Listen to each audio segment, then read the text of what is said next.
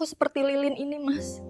Membakar diriku sendiri sampai habis, hanya untuk menerangi hidupmu dan ibumu yang tak pernah puas. Heh Saras, kamu masak pakai garam atau racun? Asin sekali. Kamu mau saya darah tinggi di pagi hari. Kamu cuma cari alasan. Assalamualaikum warahmatullahi wabarakatuh. Selamat datang kembali di channel YouTube Dunia Beda. Tempat di mana takdir bisa berbalik dalam sekejap mata. Namaku Saras. Pernahkah kamu merasa seperti lilin yang membakar diri sendiri demi menerangi orang lain? Namun orang itu justru meniupmu saat kamu hampir habis. Itulah hidupku. Aku mengira pengabdian tulus akan berbuah surga. Tapi ternyata aku sedang menggali nerakaku sendiri. Dengarkan kisahku. Karena mungkin ini juga kisahmu. Namun sebelumnya bagi yang beragama Islam saya sarankan untuk menuliskan sholawat Nabi Muhammad agar kelak sholawat ini menjadi saksi untuk mendapat syafaat di akhirat. Like dan subscribe ke channel ini sangat membantu menambah wawasan dan membantu kami membuat cerita baru yang menghibur. Jam dinding tua di ruang tengah berdetak seirama dengan detak jantungku yang terasa berat setiap kali aku membuka mata. Pukul 3 dini hari. Udara kota Malang pagi ini terasa menusuk tulang. Menyelinap masuk melalui celah ventilasi rumah kontrakan kami yang catnya mulai mengelupas di sana-sini. Di sampingku, Mas Bimo masih mendengkur keras. Selimut tebal menutupi tubuhnya yang semakin berisi itu. Wajahnya terlihat damai sekali. Seolah tidak ada beban dunia yang ia pikul. Tentu saja tidak ada. Karena semua beban itu sudah berpindah ke punggungku sejak 5 tahun lalu. Aku bangkit perlahan. Menahan nyeri di pinggang yang belakangan ini sering kambuh. Lantai keramik yang dingin menyambut telapak kakiku. Langkah pertamaku hari ini selalu diawali dengan helaan napas panjang. Mencoba membuang sesak yang mengendap semalaman. Aku melangkah ke kamar mandi. Mengambil air wudhu. Air dingin yang membasuh wajahku setidaknya sedikit menyadarkan logikaku yang lelah. Dalam sujud panjangku di atas sajadah yang sudah mulai tipis. Aku mengadu. Ya Allah, jika memang ini ladang pahalaku, maka luaskanlah sabarku seluas samudra. Tapi jika ini adalah ujian yang tak berujung, berilah aku petunjuk kapan harus berhenti. Selesai salat. Rutinitas sebagai pembantu rumah tangga tak berbayar dimulai. Aku bergegas ke dapur sempit di bagian belakang rumah. Aroma lembab dan sedikit apek dari tembok yang berjamur menyapa hidungku. Aku mulai meracik bumbu. Bawang merah, bawang putih, cabai. Semua kuiris dengan cepat. Tangan ini sudah terlatih. Bukan karena hobi, tapi karena tuntutan. Ibu mertuaku, Ibu Ratmi, punya lidah yang lebih tajam dari pisau dapur yang sedang aku pegang ini. Salah sedikit rasa, caciannya bisa merusak suasana hatiku seharian. Pukul 5 pagi. Aroma nasi goreng dan ayam ungkep sudah menguar memenuhi ruangan. Aku baru saja hendak menyeduh teh hangat untuk diriku sendiri ketika suara serak dan ketus terdengar dari arah meja makan. Suara yang selalu membuat dadaku berdegup kencang karena takut salah. Saras, kamu ini masak pakai garam apa racun sih? Asin begini. Kamu mau bikin ibu darah tinggi pagi-pagi? Teriak ibu mertua. Aku menelan ludah. Meletakkan cangkir tehku yang belum sempat kuminum. Padahal aku sudah menakar garamnya sangat sedikit karena tahu riwayat darah tinggi ibu mertua. Aku tahu ini bukan soal garam, tapi soal kebencian yang tak beralasan. Maaf Bu, mungkin lidah ibu sedang kurang enak. Nanti Saras buatkan bubur saja, ya kalau ibu tidak selera makan nasi goreng. Jawabku pelan sambil menunduk. Meremas ujung dasterku. Alasan saja kamu. Bilang saja kamu malas masak yang benar karena sibuk mau dandan buat ke kantor kan. Lihat itu baju kamu. Sudah rapi jam segini. Suami belum bangun. Istri sudah kayak mau kondangan. Cecar ibu mertua sambil membuang muka. Aku hanya diam. Baju yang kukenakan adalah seragam kerjaku. Kemeja batik dan celana bahan hitam yang sudah kupakai bergantian selama 2 tahun. Tidak ada yang mewah. Bedaku pun hanya bedak tabur bayi supaya wajah tidak terlihat berminyak. Tapi di mata ibu mertua, apapun yang aku lakukan selalu salah. Baginya, menantu yang bekerja adalah menantu yang tidak tahu diuntung karena sering meninggalkan rumah. Tiba-tiba pintu kamar utama terbuka. Mas Bimo keluar sambil menguap lebar. Menggaruk perutnya yang buncit di balik kaos partai yang sudah belel. Dia berjalan gontai menuju meja makan. Matanya masih setengah terpejam. Berisik banget sih pagi-pagi. Bu, jangan marahin Saras terus. Nanti dia telat kerja. Kalau dia telat, gajinya dipotong. Kalau gajinya dipotong, jatah rokok Bimo bulan ini siapa yang nanggung? Ucap Mas Bimo sambil terkekeh kecil. Lalu duduk di kursi meja makan tanpa rasa bersalah sedikitpun. Kata-kata itu. Kata-kata yang diucapkan dengan nada bercanda tapi menghunjam tepat di ulu hatiku. Aku bukan istri di matanya. Aku hanya mesin uang berjalan yang bernapas. Aku menuangkan kopi hitam kesukaan Mas Bimo. Meletakkannya pelan di hadapannya. Berharap ada sedikit senyum atau ucapan terima kasih. Tapi nihil. Mas, hari ini aku berangkat naik ojek online saja ya. Mobilnya biar Mas pakai kalau mau antar ibu kontrol ke rumah sakit. Ucapku hati-hati. Mencoba meminta izin untuk aset yang sebenarnya aku yang membayarnya. Mas Bimo menyeruput kopinya lalu menatapku tajam. Tatapan yang selalu membuatku merasa kecil. Ya memang harusnya begitu kan. Masa aku yang antar ibu naik motor panas-panasan? Kamu kan kerja di ruangan berpendingin udara. Kena angin sedikit di jalan nggak bakal bikin kamu luntur. Lagian mobil itu kan atas namaku. Wajar kalau aku yang pakai. Kamu itu harusnya bangga suamimu punya mobil. Mobil atas namamu. Tapi keringatku yang membayarnya setiap bulan Mas. Kalimat itu hanya tertahan di tenggorokan. Ingin sekali aku teriakan. Tapi aku tahu akibatnya. Mas Bimo akan meledak. Membanting barang. Dan ibu mertua akan mulai drama menangis histeris menuduhku istri durhaka yang tidak menghormati suami. Aku memilih kalah. Lagi. Demi kedamaian semu di rumah ini. Baik Mas. Uang bensin dan uang pegangan buat ibu sudah aku transfer ke rekening Mas Bimo ya. Tolong dicek. Ucapku sambil meraih tas kerja yang kulitnya sudah mulai mengelupas di bagian pegangannya. Tas yang sudah minta diganti sejak setahun lalu. Tapi aku selalu menundanya demi kebutuhan Mas Bimo. Mas Bimo langsung menyambar ponselnya. Wajahnya sumringah melihat notifikasi dari bank. Senyum yang tadi tidak ada untukku. Kini merekah untuk layar ponsel itu. Tidak ada ucapan terima kasih. Tidak ada ciuman tangan. Bahkan tidak ada tatapan hangat layaknya suami istri. Ya sudah sana berangkat. Hati-hati. Jangan genit-genit sama teman kantor. Ingat kamu punya suami ganteng di rumah. Celetuknya tanpa menoleh. Sibuk dengan ponselnya. Mungkin sedang membalas pesan teman-temannya untuk janjian ngopi. Aku melangkah keluar rumah. Menutup pintu pagar besi yang berkarat. Di langit timur. Matahari mulai naik. Menyinari jalanan perumahan padat penduduk di pinggiran kota Malang ini. Aku memesan ojek online. 5 menit kemudian, aku sudah duduk di boncengan motor. Membelah kemacetan pagi menuju kawasan Jalan Ijen. Tempat kantor cabang bank swasta tempatku bekerja berada. Angin pagi menampar wajahku. Tapi hatiku terasa lebih perih daripada tamparan angin itu. Di kantor, aku adalah Saraswati. Seorang kepala bagian yang disegani. Anak buahku menghormatiku. Atasanku mengandalkanku. Aku tersenyum ramah pada nasabah. Memberikan solusi keuangan. Terlihat cerdas dan berwibawa. Tapi di dalam hati, aku merasa seperti penipu ulung. Bagaimana bisa aku mengatur keuangan orang lain dengan sangat baik? Sementara keuangan rumah tanggaku sendiri berantakan dirampok oleh suami sendiri. Setiap senyum yang kuberikan pada nasabah terasa palsu. Karena di balik senyum itu ada jiwa yang sedang menjerit. Jam istirahat makan siang. Ponselku bergetar. Nama Mas Bimo muncul di layar. Tumben dia menelepon jam segini. Biasanya dia hanya mengirim pesan singkat minta pulsa atau token listrik. Dengan perasaan was-was, aku mengangkatnya. Takut ada apa-apa dengan ibu. Halo Mas. Ada apa? Tanyaku cepat. Yang. Ini aku lagi di Mall Olympic Garden sama ibu.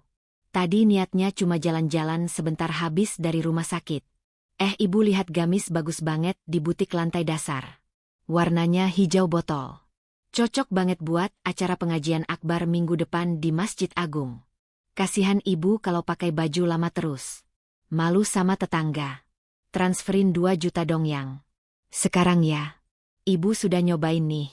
Nggak enak kalau nggak jadi beli. Suara Mas Bimo terdengar manja. Tapi mendesak. Dadaku sesak seketika. 2 juta rupiah. Itu uang belanja dapur kita untuk 2 minggu ke depan, Mas. Gajiku bulan ini sudah banyak terpotong untuk cicilan mobil dan hutang Mas Bimo bulan lalu. Mas, uang di rekeningku tinggal pas-pasan buat bayar listrik sama sisa belanja bulanan. Kan tadi pagi sudah aku transfer 1 juta buat pegangan. Pakai itu dulu saja ya. Jawabku mencoba menahan emosi agar suaraku tidak terdengar bergetar di kantor yang hening ini. Aku melirik ke kiri dan kanan. Takut rekan kerjaku mendengar. Suara Mas Bimo langsung meninggi. Nadanya berubah ketus dan menekan.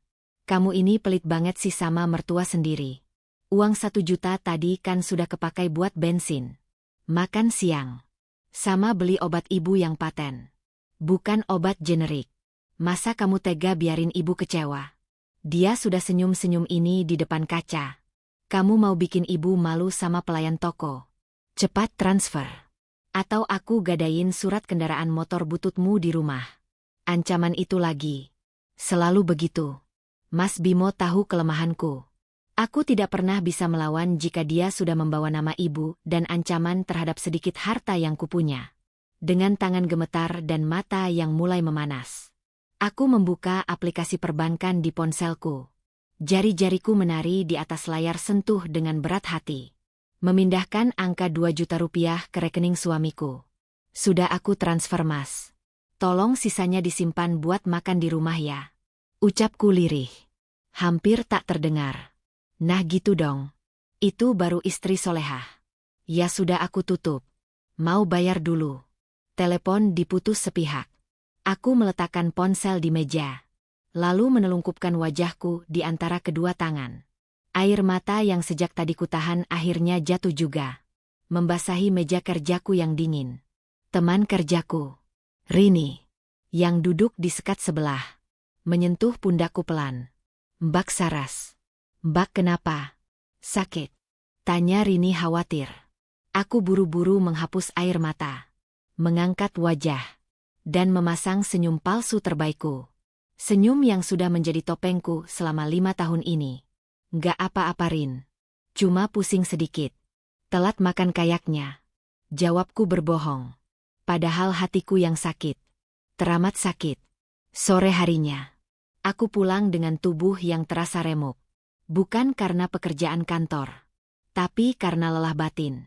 Sampai di rumah. Pemandangan pertama yang kulihat adalah ibu mertua yang sedang mematut diri di depan cermin ruang tamu. Mengenakan gamis hijau botol yang tadi dibeli. Gamis itu memang indah.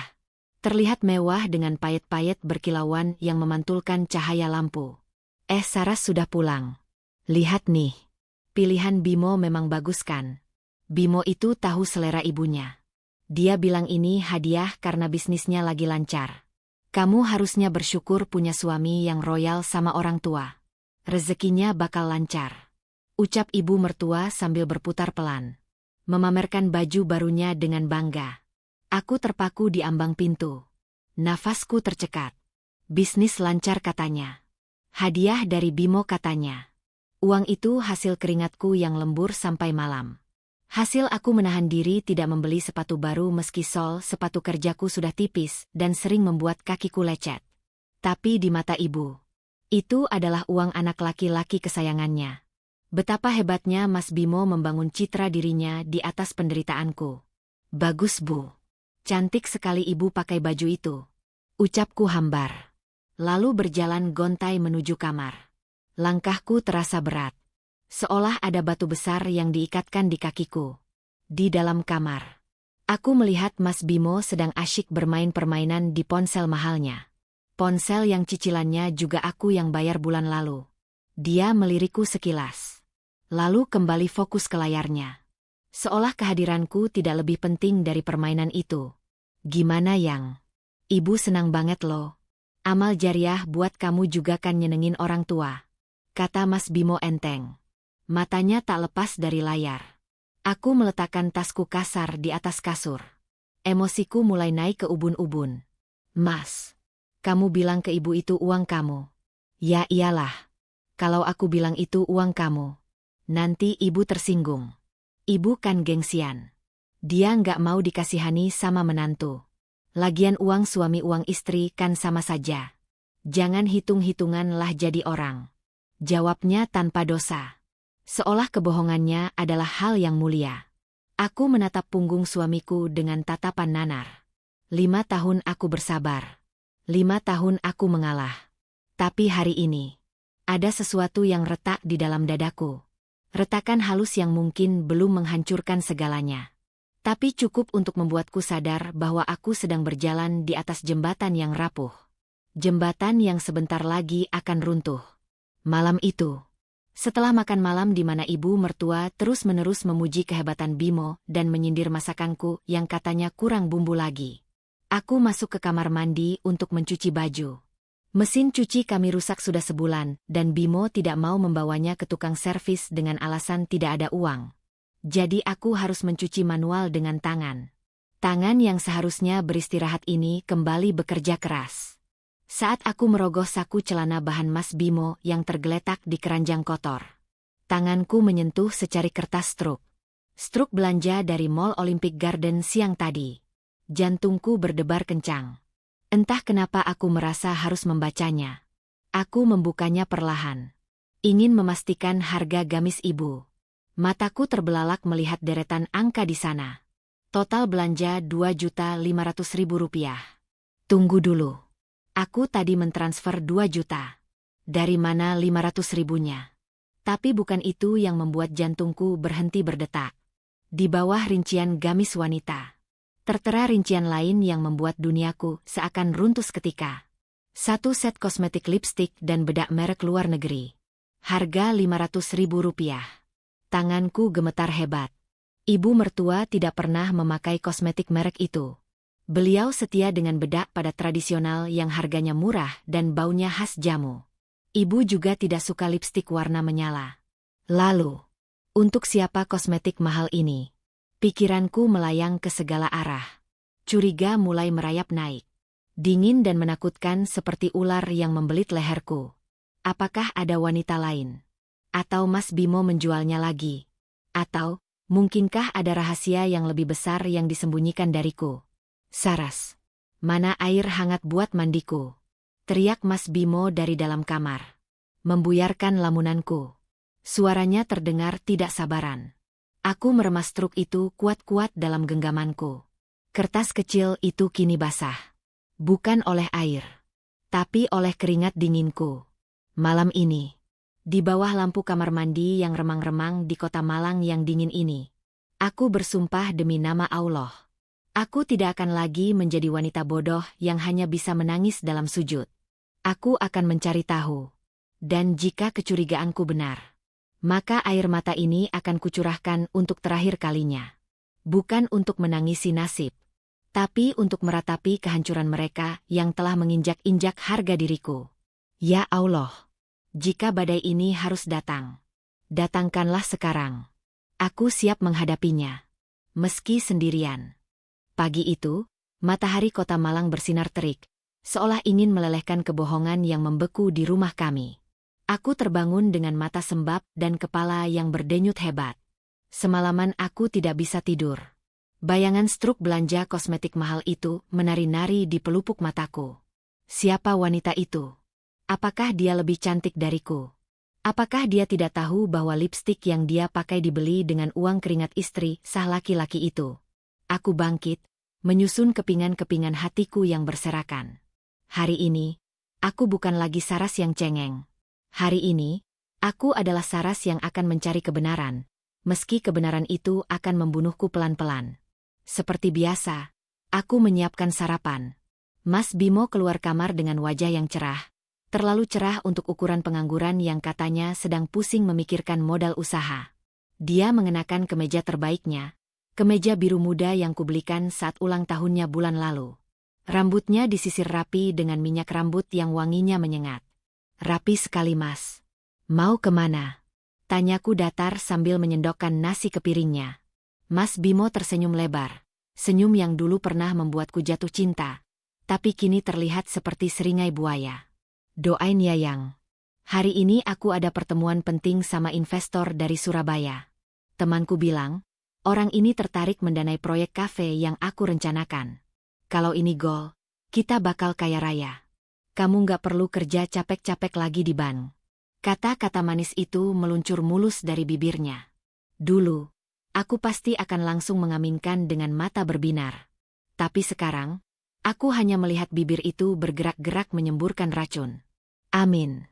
Semoga lancar ya Mas. Di mana ketemunya? Tanyaku menyelidik. Di Batu. Di salah satu hotel bintang 5 di sana. Makanya aku harus tampil keren. Oh iya Yang, bagi uang bensin sama uang pegangan dong. Masa ketemu investor dompet kosong? Nanti kalau dia ajak makan siang, aku harus siap bayar juga biar kelihatan bonafit. Transfer 1 juta lagi ya. 1 juta lagi. Padahal baru kemarin 2 juta melayang untuk gamis dan kosmetik misterius itu. Aku menarik napas panjang, menekan amarah yang bergejolak di dada. Jika aku menolak, dia akan marah dan mungkin batal pergi.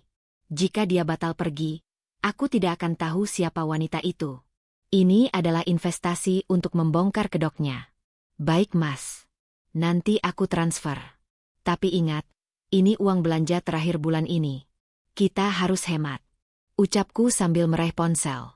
Mas Bimo langsung menyambar tanganku, menciumnya sekilas. Bukan ciuman sayang, tapi ciuman terima kasih pada mesin ATM. Kamu memang istri terbaik Saras. Tenang saja, nanti kalau proyek cair, aku ganti 10 kali lipat. Setelah Mas Bimo pergi dengan mobil kami mobil yang cicilannya masih 3 tahun lagi, aku segera bersiap ke kantor. Namun, hari ini tujuanku bukan hanya kantor. Di sela-sela pekerjaan, aku membuka laptopku. Tanganku dengan cekatan membuka fitur pelacakan perangkat yang terhubung dengan akun surel Mas Bimo. Dulu aku yang membuatkan akun itu karena dia gagap teknologi. Dan untungnya, aku masih tahu kata sandinya. Titik merah berkedip di layar peta. Jantungku berdegup kencang. Lokasinya bukan di Batu. Titik itu berhenti di Jalan Pahlawan Trip, sebuah kawasan elit di tengah kota Malang yang dipenuhi kafe-kafe kekinian. Bohong. Dia berbohong lagi. Jam istirahat makan siang, aku meminta izin keluar sebentar dengan alasan ada urusan keluarga mendadak. Aku memesan taksi daring, meluncur menuju titik merah itu. Sepanjang perjalanan, aku meremas tanganku sendiri, berdoa agar apa yang kutakutkan tidak terjadi, meski logika berkata sebaliknya. Taksi berhenti di seberang sebuah kafe mewah bergaya Eropa. Dari balik kaca jendela taksi yang gelap, mataku menyisir area kafe. Tempat itu ramai oleh anak muda dan eksekutif muda yang sedang makan siang. Dan di sanalah dia. Duduk di meja dekat jendela, Mas Bimo tertawa lepas. Di hadapannya, duduk seorang wanita muda. Rambutnya panjang terurai, kulitnya putih mulus, jauh lebih terawat dariku yang kusam ini. Wanita itu mengenakan baju tanpa lengan yang memamerkan bahunya. Dan yang membuat darahku mendidih, di bibirnya terpoles lipstik warna merah menyala. Warna yang sama dengan merek kosmetik di struk belanja kemarin. Mas Bimo terlihat sangat bahagia. Dia menyuapkan potongan kue ke mulut wanita itu. Wanita itu menerima dengan manja, lalu membersihkan sisa krim di sudut bibir Mas Bimo dengan tisu. Gerakan yang begitu intim. Gerakan yang seharusnya hanya milikku. Air mataku tidak jatuh. Rasa sakit ini sudah melampaui air mata. Aku mengeluarkan ponselku, mengarahkan kamera ke arah mereka. Aku merekam semuanya. Merekam tawa mereka. Merekam tangan Mas Bimo yang menggenggam tangan wanita itu, merekam bagaimana Mas Bimo mengeluarkan dompet-dompet yang kubelikan dan membayar pesanan mereka dengan kartu debit yang terhubung ke rekening gajiku. Ya Allah, perih sekali rasanya. Jadi, uang keringatku yang kubanting tulang setiap hari, dipakai untuk memanjakan wanita lain, sementara aku di rumah harus makan hati dibilang pelit oleh ibu mertua. Aku memutuskan untuk menelepon Mas Bimo. Aku ingin melihat bagaimana dia berbohong saat sedang tertangkap basah. Dari kejauhan, aku melihat Mas Bimo kaget melihat layar ponselnya. Dia memberi isyarat pada wanita itu untuk diam sebentar, lalu mengangkat telepon dengan wajah yang diubah menjadi serius. Halo Yang. Kenapa telepon? Aku lagi rapat serius nih sama investor. Suaranya terdengar berbisik, seolah sedang di ruangan rapat yang hening. Padahal di depannya, musik kafe berdentum lumayan keras. Oh, lagi rapat ya Mas? Maaf ganggu. Lancar rapatnya. Investornya galak enggak? Tanyaku dengan suara yang kubuat selembut mungkin, menahan getaran amarah. Alhamdulillah lancar Yang. Bapak investornya baik kok, tegas tapi visioner. Ini kami lagi bahas rincian anggaran. Doain ya bentar lagi deal. Kamu jangan telepon terus dong, nggak enak nih dilihatin. Sudah ya. Klik. Sambungan diputus. Aku melihat Mas Bimo meletakkan ponselnya lalu tertawa lagi bersama wanita itu. Bapak investor katanya. Bapak investor yang memakai baju seksi dan lipstik merah. Aku ingin sekali turun dari taksi, melabrak mereka, menyiramkan kopi panas ke wajah tak tahu malu itu. Tapi aku menahan diri. Tidak. Itu terlalu mudah bagi mereka. Kalau aku melabrak sekarang, Mas Bimo pasti akan memutar balik fakta, bilang itu sepupunya, atau kliennya, dan aku yang akan disalahkan sebagai istri cemburuan yang merusak bisnis suami. Aku butuh bukti lebih kuat. Aku butuh rencana yang lebih matang untuk menghancurkan mereka sampai ke akar-akarnya. Aku kembali ke kantor dengan hati yang hancur lebur namun tekad yang membaja. Sore harinya, aku pulang ke rumah lebih awal dari biasanya. Rumah sepi, ibu mertua sedang arisan di rumah tetangga. Aku masuk ke kamar, membuka lemari baju Mas Bimo. Aku mencari-cari sesuatu yang bisa menjadi petunjuk siapa wanita itu. Di saku jas lamanya yang tergantung di belakang, aku menemukan sebuah kartu member pusat kebugaran. Di sana tertera nama Bimo dan sebuah nama lain sebagai pasangan member. Rika Anggraeni. Nama itu terasa asing. Tapi alamat yang tertera di formulir pendaftaran yang terselip di dompet kartu itu membuatku terlonjak. Jalan Candi Panggung nomor sekian. Itu adalah alamat rumah kontrakan lama kami sebelum pindah ke sini. Rika Anggraeni. Ingatanku berputar cepat. Rika adalah anak pemilik warung nasi di depan kontrakan lama kami. Dulu dia masih SMA, sering main ke rumah meminjam buku atau minta diajari tugas sekolah oleh Mas Bimo. Jadi, mereka sudah berhubungan sejak lama. Atau baru bertemu lagi. Tiba-tiba terdengar suara motor Mas Bimo di depan rumah. Aku buru-buru mengembalikan kartu itu ke tempat semula dan berlari ke dapur. Pura-pura sedang memasak. Mas Bimo masuk dengan wajah lelah yang dibuat-buat. Dia langsung menghempaskan tubuhnya ke sofa. Aduh Yang, capek banget hari ini. Debat sama investor itu menguras otak. Tapi alhamdulillah, dia setuju invest 500 juta. Tapi cairnya bulan depan. Serunya berbohong. Aku membawakan segelas air putih, menatap wajah suamiku yang penuh kepalsuan. Di kerah kemeja birunya yang tadi pagi rapi, kini ada noda samar. Noda merah muda. Bekas bedak yang menempel saat seseorang bersandar di bahunya. Wah, hebat dong Mas. Berarti bulan depan kita bisa lunasin hutang-hutang ya. Ucapku sambil tersenyum sinis di dalam hati. Iya, gampang itu MAH. Yang penting kamu sabar dulu sekarang. Oh ya Yang, ibu tadi telepon katanya mau minta uang buat beli catering pengajian. Dia nggak sanggup masak sendiri. Minta 500 ribu lagi ya. Darahku mendidih. Uang lagi. Uang lagi. Padahal dia baru saja menghabiskan ratusan ribu di kafe bersama Rika. Mas, uangku sudah habis. Benar-benar habis. Sisa 100 ribu di dompet buat ongkos aku kerja besok. Jawabku tegas. Wajah Mas Bimo langsung berubah merah padam. Dia bangkit dari sofa, menunjuk wajahku. Kamu ini ya. Dibilangin nanti diganti bulan depan kok nggak percaya. Pinjam dong ke teman kantormu. Atau gesek kartu kreditmu. Masak buat ibu sendiri pelitnya minta ampun. Kamu mau ibu sakit karena kecapean masak. Aku menatap mata Mas Bimo. Dulu aku takut melihat kemarahannya. Tapi sekarang, aku hanya melihat ketakutan di matanya. Ketakutan seorang pengecut yang tidak punya uang. Aku nggak bisa hutang lagi Mas. Malu. Sudah banyak hutangku yang belum lunas gara-gara kamu pakai buat modal usaha yang nggak pernah ada hasilnya. Jawabku berani. Pelak. Tamparan keras mendarat di pipiku. Panas. Perih. Ujung bibirku terasa anyir. Aku terhuyung ke belakang, memegang pipiku yang berdenyut. Mas Bimo terlihat kaget sendiri dengan tindakannya, tapi gengsinya terlalu tinggi untuk minta maaf. Itu pelajaran buat istri yang berani membantah suami. Jangan sampai aku talak kamu cuma gara-gara uang 500.000. Sana cari pinjaman. Aku nggak mau tahu, malam ini uangnya harus ada.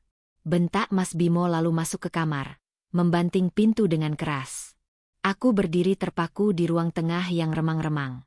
Air mata menetes pelan, melewati pipiku yang memerah. Talak katanya. Dia mengancamku dengan talak.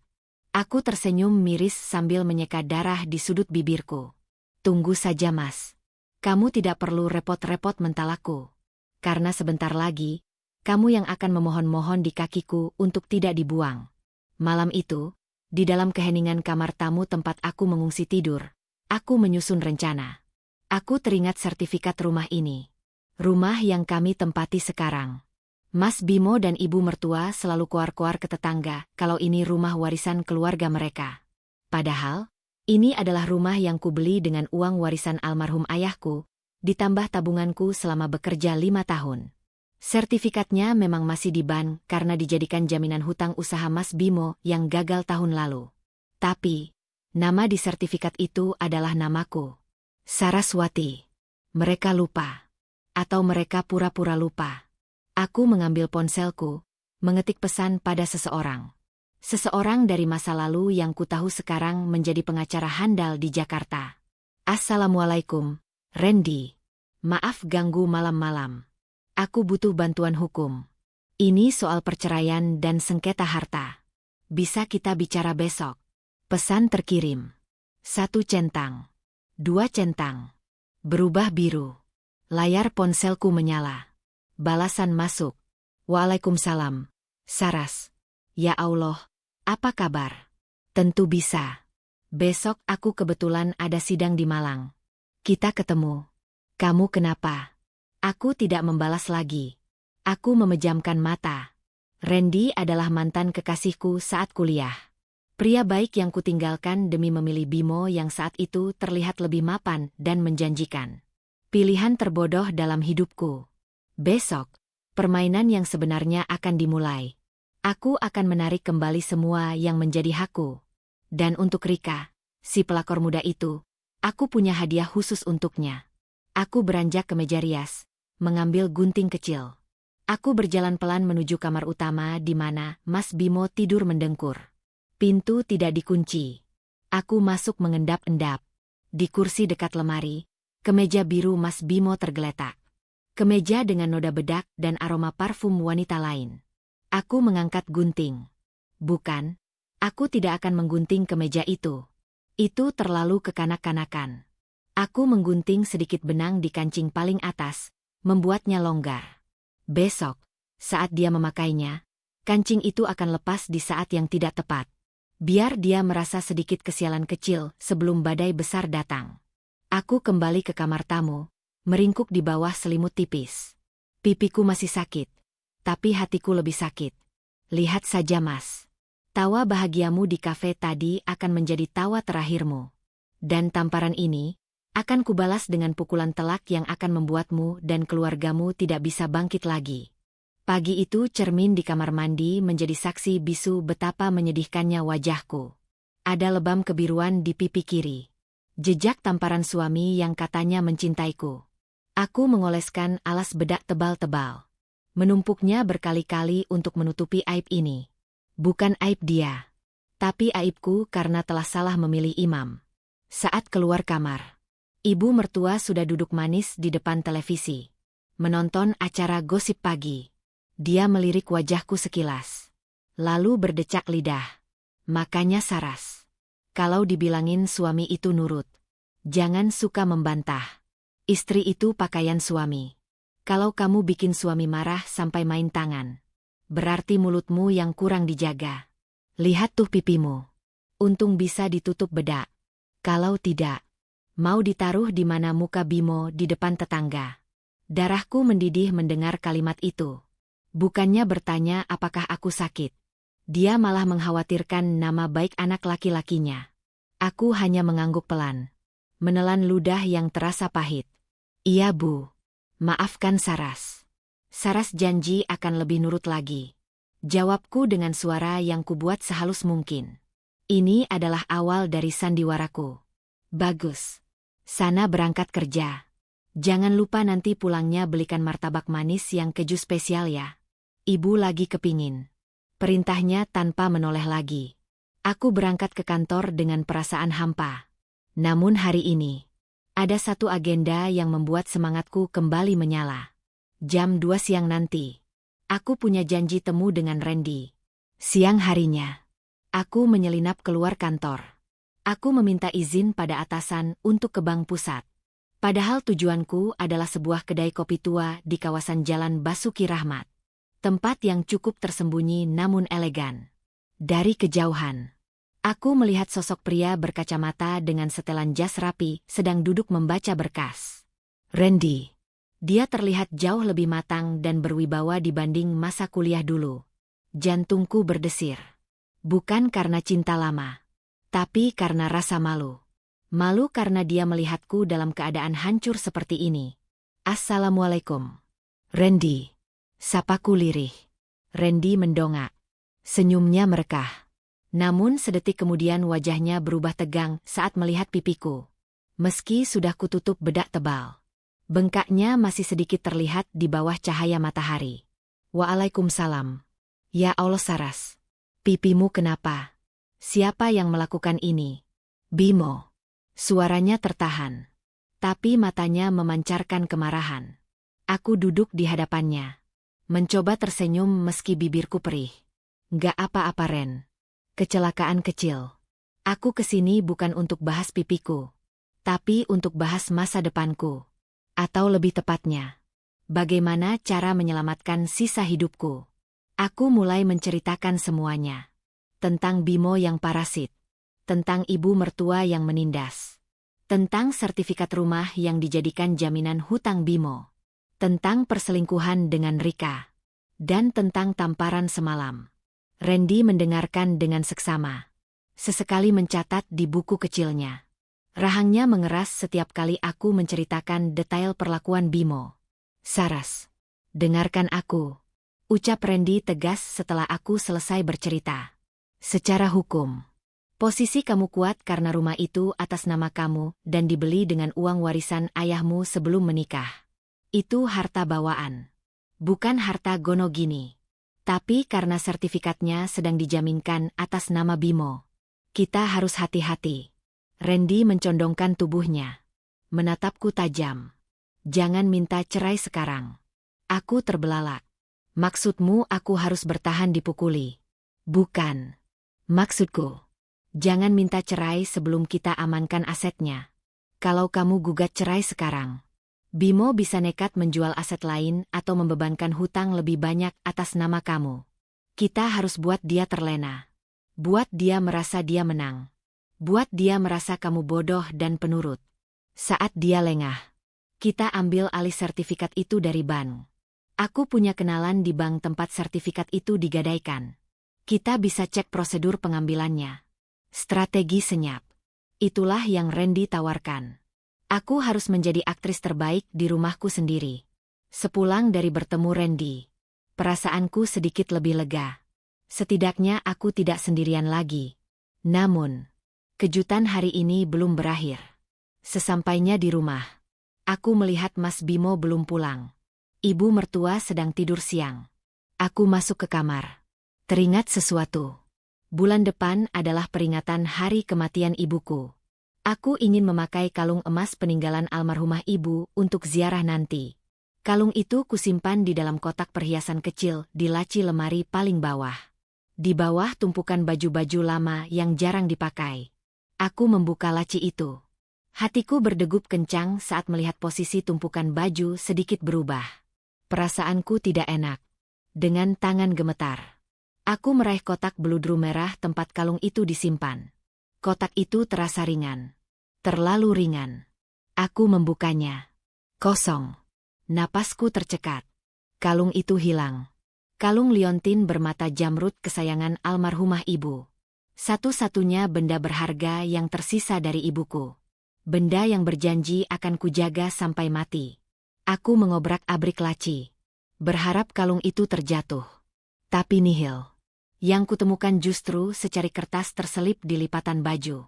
Surat gadai. Tertera di sana. 1 buah kalung emas liontin jamrud. Digadaikan seminggu yang lalu atas nama Bimo. Nilai gadainya 10 juta rupiah. Air mataku tumpah seketika. Bukan menetes. Tapi membanjir. Dadaku sesak seolah dihimpit beton. 10 juta. Uang itu pasti dipakai untuk berfoya-foya dengan Rika. Uang hasil menjual kenangan ibuku dipakai untuk membiayai pelakor. Biadab kamu, Mas. Biadab. Jeritku tertahan. Aku menggigit bantal agar suaraku tidak terdengar keluar kamar. Rasanya sakit sekali. Lebih sakit dari tamparan di pipi. Kalung itu adalah nyawa ibuku bagiku. Pukul 7 malam. Mas Bimo pulang. Wajahnya berseri-seri. Dia membawa bungkusan martabak manis pesanan ibunya.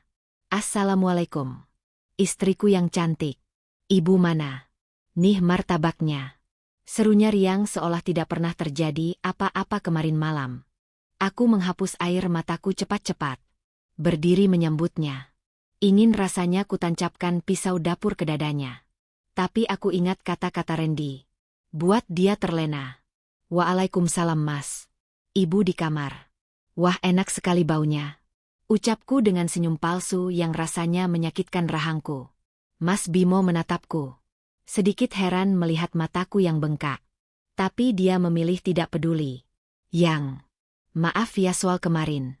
Aku lagi pusing banget. Aku janji nggak bakal main tangan lagi. Lagian kamu sih. Mancing-mancing emosi suami. Kata Mas Bimo sambil memelukku sekilas. Pelukan yang terasa menjijikkan. Bau parfum murah bercampur keringat dan dosa. Iya, Mas. Aku yang salah. Aku minta maaf ya belum bisa jadi istri yang baik. Jawabku lirih. Mas Bimo tersenyum puas. Nah gitu dong. Oh iya Yang. Lusa kan ada acara arisan keluarga besar di rumah Pak D di Batu. Kamu ikut ya? Kita harus tampil kompak. Katanya Pak D mau bagi-bagi warisan tanah. Siapa tahu kita kebagian. Aku terdiam sejenak. Arisan keluarga. Tempat di mana semua keluarga besar Bimo berkumpul. Tempat di mana mereka selalu memamerkan kesuksesan semu mereka dan merendahkan aku. Tapi kali ini berbeda. Sebuah rencana jahat nan indah terlintas di benakku. Boleh, Mas. Aku ikut. Aku akan dandan yang cantik buat Mas Bimo. Jawabku. Bagus. Jangan malu-maluin aku ya. Jangan pakai baju batik kerjamu itu lagi. Beli baju baru sana. Tapi uang kamu habis ya? Ya sudah pinjam baju ibu saja. Aku mengangguk patuh. Di dalam hati aku tertawa sinis. Tenang saja, Mas. Aku akan memberikan pertunjukan yang tidak akan pernah kalian lupakan seumur hidup. Malam itu, saat Mas Bimo tertidur lelap setelah kenyang makan martabak, aku mengambil ponselnya diam-diam. Aku membuka galeri fotonya. Benar saja. Ada foto-foto dia dan Rika sedang liburan di Bromo seminggu lalu. Tanggalnya cocok dengan tanggal gadai kalung ibuku. Di foto itu, Rika memakai jaket tebal yang kelihatannya baru. Dan di lehernya, ya Allah, di leher wanita itu melingkar kalung liontin jamrud milik ibuku. Bukan digadai, tapi ditebus lalu diberikan ke wanita itu. Atau mungkin surat gadai itu hanya kedok untuk mengambil uang sisanya. Tanganku gemetar memotret layar ponsel Bimo dengan ponselku. Bukti ini sudah cukup. Lebih dari cukup untuk mengirim mereka ke neraka dunia. Besok adalah hari persiapan. Aku akan menghubungi pihak bank untuk memblokir akses Bimo terhadap apapun yang berhubungan dengan namaku. Dan untuk arisan lusa, aku akan menyiapkan sebuah kado istimewa. Sebuah amplop coklat yang akan mengubah tawa mereka menjadi tangis darah. Tunggu aku. Rika. Tunggu aku. Mas Bimo. Kalian menikmati tarian di atas penderitaanku. Tapi kalian lupa. Akulah yang memegang kendali musiknya. Dan sebentar lagi, musik itu akan berhenti. Hari yang dinanti-nanti akhirnya tiba. H-1 sebelum acara arisan keluarga besar di Batu. Aku bangun dengan perasaan yang aneh. Tenang. Namun menghanyutkan. Seperti permukaan laut sebelum tsunami menerjang. Rencana Randy sudah matang. Hari ini adalah hari eksekusi tahap pertama. Penyelamatan aset. Pagi itu, aku sengaja membuatkan kopi yang paling nikmat untuk Mas Bimo. Aku juga memijat bahunya sebentar saat dia duduk di meja makan. Mas, badanmu kaku banget. Pasti capek mikirin proyek besar itu ya. Ucapku lembut. Jariku menekan titik pegal di tengkuknya. Mas Bimo mengerang nikmat. Iya yang. Pusing aku. Investor minta rincian ini itu. Ribet. Tapi demi masa depan kita. Aku jabanin. Aku tersenyum tipis di belakang punggungnya. Kesempatan emas. Oh iya mas. Ngomong-ngomong soal investor. Kemarin orang bank tempat aku kerja bilang. Kalau mau ada aliran dana besar masuk ke rekening pribadi. Harus ada surat pernyataan verifikasi aset. Supaya nggak dikira pencucian uang. Kan bahaya kalau nanti rekening mas dibekukan pas uangnya cair. Mas Bimo langsung menoleh. Wajahnya panik. Waduh. Terus gimana dong? Aku nggak ngerti urusan begituan. Tenang mas. Kan ada istri pintar di sini. Tadi malam aku sudah buatkan draft suratnya. Mas tinggal tanda tangan saja di atas materai. Nanti biar aku yang urus ke notaris rekanan bank. Gratis kok. Aku menyodorkan sebuah map biru. Di dalamnya ada tumpukan kertas. Lembar paling atas memang surat pernyataan biasa. Tapi di lembar kedua dan ketiga, yang tertutup sedikit oleh lipatan kertas lain, adalah surat perjanjian pemisahan harta dan surat kuasa penuh pengalihan aset kembali ke namaku. Mas Bimo, dengan kesombongan dan kemalasannya untuk membaca, langsung menyambar pulpen. Mana yang harus ditanda tangan? Sini. Biar cepat cair uangnya. Di sini mas. Dan di sini. Telunjukku mengarahkan ke kolom tanda tangan di atas materai 10.000.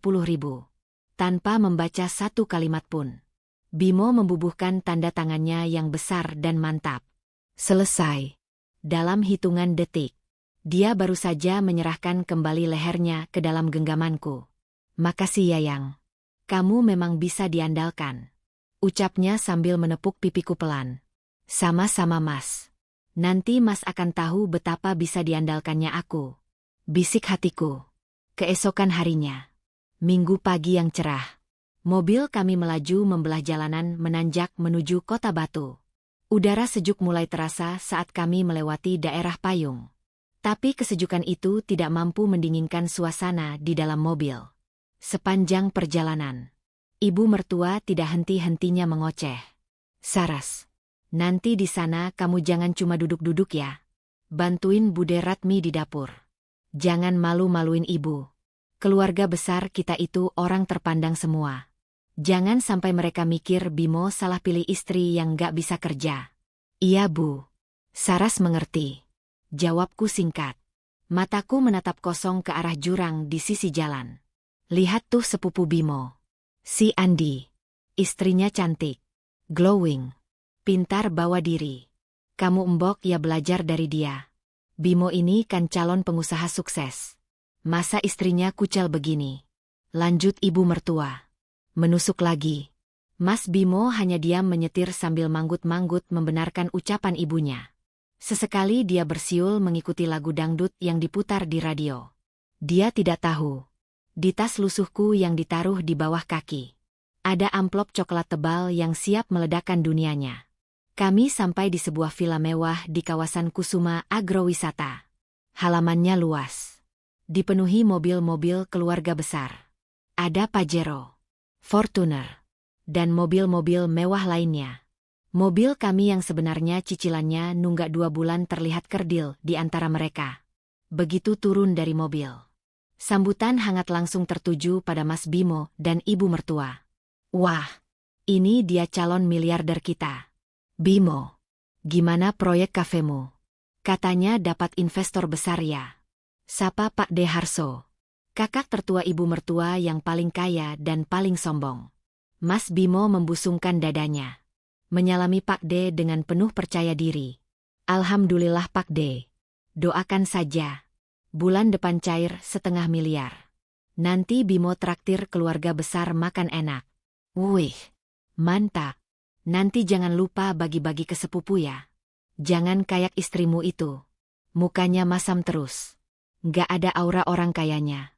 Sindir Bude Yanti sambil melirik jijik ke arahku. Aku hanya menunduk. Menyalami tangan mereka satu persatu. Tangan-tangan yang penuh perhiasan emas berkilauan. Kontras dengan tanganku yang kasar dan polos tanpa cincin. Bahkan cincin kawinku sudah lama dijual Mas Bimo dengan alasan untuk ganti oli mobil. Saras. Ngapain bengong di situ? Sana ke belakang. Cuci piring gelas bekas tamu yang baru datang. Kasihan pembantu villa kewalahan. Perintah ibu mertua keras-keras. Sengaja agar semua orang dengar. Tanpa membantah. Aku berjalan ke dapur belakang. Di sana, tumpukan piring kotor menggunung. Air di wastafel terasa dingin menusuk tulang. Sama dinginnya dengan perlakuan mereka. Aku mulai mencuci. Suara tawa gelak dari ruang tengah terdengar sampai ke dapur. Mereka sedang memuja-muji Bimo. Menanyakan kabar Rika yang katanya teman bisnis Bimo. Loh, Rika nggak diajak Bim. Kan dia juga ikut andil di proyekmu. Tanya salah satu sepupu Bimo. Dek, jantungku berhenti sesaat. Jadi keluarga besar ini tahu soal Rika.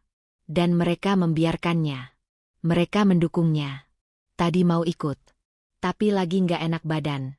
Nanti kapan-kapan aku kenalin resmi ke keluarga. Jawab Bimo enteng. Resmi. Kata itu terngiang di telingaku. Resmi sebagai apa? Istri kedua. Atau penggantiku? Air mataku menetes ke dalam busa sabun. Ternyata pengkhianatan ini bukan hanya dilakukan oleh satu orang. Tapi diamini oleh satu keluarga. Mereka semua sekongkol. Mereka semua menikmati uang Bimo yang sebenarnya uangku. Dan mereka semua menertawakan kebodohanku. Cukup. Aku membilas tangan. Mengeringkannya dengan tisu. Aku merapikan jilbabku yang sedikit berantakan. Aku mengambil tas lusuhku yang kuletakkan di meja dapur. Aku mengeluarkan amplop coklat itu. Di dalamnya ada salinan bukti transfer selama 5 tahun. Bukti chat perselingkuhan. Foto Bimo dan Rika di Bromo. Foto Rika memakai kalung almarhumah ibuku. Dan yang paling penting, salinan surat pernyataan yang baru ditanda tangani Bimo kemarin. Surat yang menyatakan bahwa rumah dan isinya adalah milikku mutlak. Aku berjalan keluar dari dapur. Langkahku tegap. Wajahku tak lagi menunduk. Aku berjalan menuju ruang tengah tempat mereka berkumpul. Saat itu, Mas Bimo sedang berdiri di tengah ruangan. Memegang mikrofon karaoke. Sepertinya hendak menyumbangkan lagu atau pidato. Ibu-ibu, bapak-bapak semua. Sebelum kita mulai kocok arisan, saya mau minta doa restu. Insya Allah. Setelah proyek ini sukses, saya punya rencana besar. Saya ingin menata ulang hidup saya agar lebih bahagia. Mungkin, mencari pendamping yang lebih selevel dengan kesuksesan saya nanti. Ucap Bimo sambil melirik sinis ke arah dapur. Ke arah tempat dia mengira aku masih mencuci piring. Tawa meledak di ruangan itu. Semua orang bertepuk tangan. Ibu mertua tersenyum bangga. Cocok Bim. Ibu setuju 1000%. Teriak ibu mertua. Saat itulah, aku muncul. Berdiri tepat di ambang pintu penghubung ruang tengah dan dapur. Semua mata perlahan tertuju padaku. Tawa mereka mereda perlahan. Digantikan oleh tatapan heran dan jijik. Saras, ngapain kamu di situ? Sudah selesai cuci piringnya. Sana bikin kopi buat Pak D. Hardik ibu mertua. Aku tidak bergeming. Aku menatap Bimo tepat di manik matanya. Tatapan yang membuat nyalinya sedikit menciut. Mas Bimo. Panggilku dengan suara lantang. Jernih. Tanpa getar sedikitpun. Apaan sih kamu? Malu-maluin aja teriak-teriak. Bentak Bimo. Berusaha terlihat dominan di depan keluarganya. Tadi Mas bilang mau menata ulang hidup. Mau cari pendamping yang selevel. Betul begitu. Bimo tertawa meremehkan. Iya. Kenapa? Kamu tersinggung. Sadar diri dong Saras. Lihat penampilanmu. Lihat penampilan keluarga ini. Kamu itu kayak noda di kain sutra. Aku tersenyum. Senyum yang membuat bulu kuduk Bude Yanti berdiri. Bagus kalau begitu Mas. Aku sangat mendukung rencanamu. Tapi sebelum kamu mencari yang selevel, ada baiknya kamu selesaikan dulu urusanmu dengan noda ini. Aku berjalan mendekat ke meja utama. Meletakkan amplop coklat itu dengan hempasan yang cukup keras hingga membuat gelas di atas meja berdenting. Apa ini? Tanya Pak De Harso heran. Itu tiket kebebasan Mas Bimo. Pak De. Dan tiket kehancuran kalian semua. Jawabku tenang. Bimo menatap amplop itu. Lalu menatapku. Wajahnya memerah karena marah. Kamu mau main drama apa lagi Kamu mau pamer surat hutangmu? Buka saja Mas. Atau kamu takut tangan sucimu kotor memegang amplop dari istri kucel ini? Tantangku. Ego Bimo tersentil. Dengan gerakan kasar. Dia menyambar amplop itu dan merobek segelnya. Dia mengeluarkan isinya. Lembar pertama yang dia baca adalah foto dirinya dan Rika berciuman di Bromo. Wajahnya pucat pasi seketika. Lembar kedua. Foto Rika memakai kalung ibuku. Tangan Bimo mulai gemetar. Dan lembar ketiga, surat perjanjian pemisahan harta yang dia tanda tangani tanpa membaca. Suasana hening mencekam. Ibu mertua yang penasaran ikut mengintip isi amplop itu. Matanya melotot saat melihat foto-foto itu. Tapi bukannya malu. Dia malah berteriak histeris. Dasar istri tidak tahu diri. Kamu memata-matai suamimu sendiri.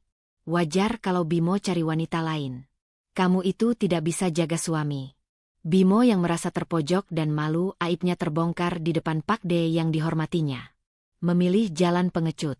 Dia membalikkan meja. Berteriak sekuat tenaga untuk menutupi rasa takutnya. Cukup. Mulai detik ini. Saya talak kamu Saraswati. Saya haramkan kamu menginjak rumah saya lagi. Pergi kamu dari hidup saya. Hening. Semua orang menahan napas. Menunggu aku menangis. Menunggu aku bersujud di kaki Bimo memohon ampun. Menunggu aku pingsan. Tapi tidak. Bahuku berguncang. Bukan karena isak tangis. Sebuah tawa kecil lolos dari bibirku. Lalu tawa itu membesar. Semakin keras. Aku tertawa lepas. Tawa yang sudah 5 tahun aku pendam. Tawa kemenangan. Orang-orang menatapku ngeri. Mengira aku gila karena ditalak. Terima kasih Mas. Terima kasih banyak. Ucapku sambil menyeka air mata tawa di sudut mataku. Kamu gila ya? Ditalak kok ketawa. Dasar perempuan stres. Maki Bimo bingung. Aku menghentikan tawaku. Wajahku berubah dingin sedingin es. Aku tertawa karena kamu bodoh. Mas, kamu mengusirku dari rumahmu. Rumah yang mana? Rumah yang sertifikatnya atas namaku. Atau rumah yang semua cicilannya aku yang bayar. Aku mengambil kembali kertas surat perjanjian dari tangan Bimo yang gemetar. Baca ini baik-baik. Mas, kemarin kamu sudah tanda tangan pelepasan hak. Rumah itu, mobil itu, dan semua aset yang kamu banggakan di depan keluargamu ini. Sekarang sah secara hukum adalah milikku. Dan karena kamu sudah mentalakku di depan saksi-saksi ini, maka mulai detik ini juga. Kamu yang harus angkat kaki dari rumahku. Bukan aku. Wajah Bimo berubah dari merah pada menjadi putih seperti mayat. Kakinya lemas. Dia terhuyung ke belakang. Menabrak guci keramik mahal milik villa hingga pecah berantakan. Perang baru saja dimulai. Dan peluru pertamaku tepat mengenai jantung harga dirinya. Suara pecahan guci keramik itu masih menggema di ruang tengah villa. Memantul di dinding-dinding yang menjadi saksi bisu kehancuran harga diri seorang laki-laki bernama Bimo. Pecahan keramik itu berserakan di lantai. Sepertinya lebih berharga daripada harga diri Bimo saat ini. Pak De Harso, orang yang paling dihormati di keluarga besar ini, melangkah maju. Wajahnya merah padam. Bukan karena marah padaku, tapi karena merasa ditipu mentah-mentah oleh keponakan kesayangannya.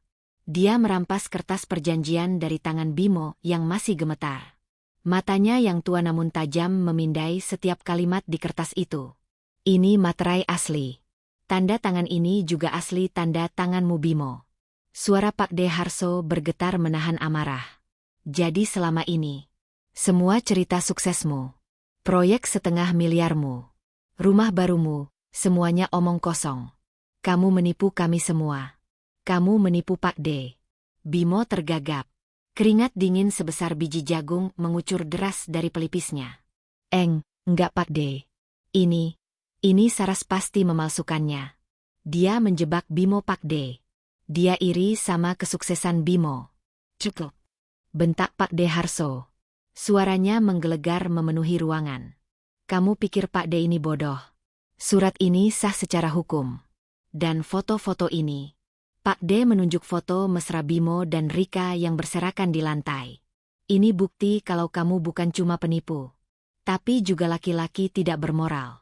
Istrimu banting tulang kerja. Kamu malah foya-foya sama perempuan lain pakai uang istrimu. Memalukan. Ibu mertua yang tadi berteriak histeris kini terdiam 1000 bahasa. Wajahnya pucat. Dia menatapku. Lalu menatap Bimo. Lalu menatap Pak De Harso. Dia sadar. Tameng kebanggaannya sudah hancur berkeping-keping. Saras. Suara ibu mertua tiba-tiba melembut. Berubah drastis menjadi nada memelas yang menjijikkan. Saras sayang. Jangan begini nak. Ini kan cuma salah paham. Bimo cuma hilaf. Kita selesaikan baik-baik ya. Kita ini kan keluarga. Masa kamu tega sama ibu? Ibu sudah anggap kamu anak sendiri loh. Aku menatap wanita tua itu dengan tatapan datar. Kemana perginya kata-kata kasar tadi? Kemana perginya tuduhan istri tidak tahu diri tadi? Maaf Bu. Tadi Bimo sudah menjatuhkan talak. Secara agama. Saya bukan lagi menantu ibu. Dan secara hukum negara, saya akan urus surat cerainya besok pagi. Jadi, kita bukan keluarga lagi. Dan soal tega, aku tersenyum tipis. Ibu tanya sama hati ibu sendiri. Siapa yang lebih tega selama 5 tahun ini? Aku berbalik badan. Mengambil tasku. Aku tidak ingin berlama-lama di neraka ini. Udara di sini terlalu kotor untuk kuhirup. Saras, tunggu. Kamu mau kemana? Kita belum selesai. Teriak Bimo mencoba mengejarku. Tangannya hendak meraih lenganku. Jangan sentuh aku. Desisku tajam. Atau aku teriak maling.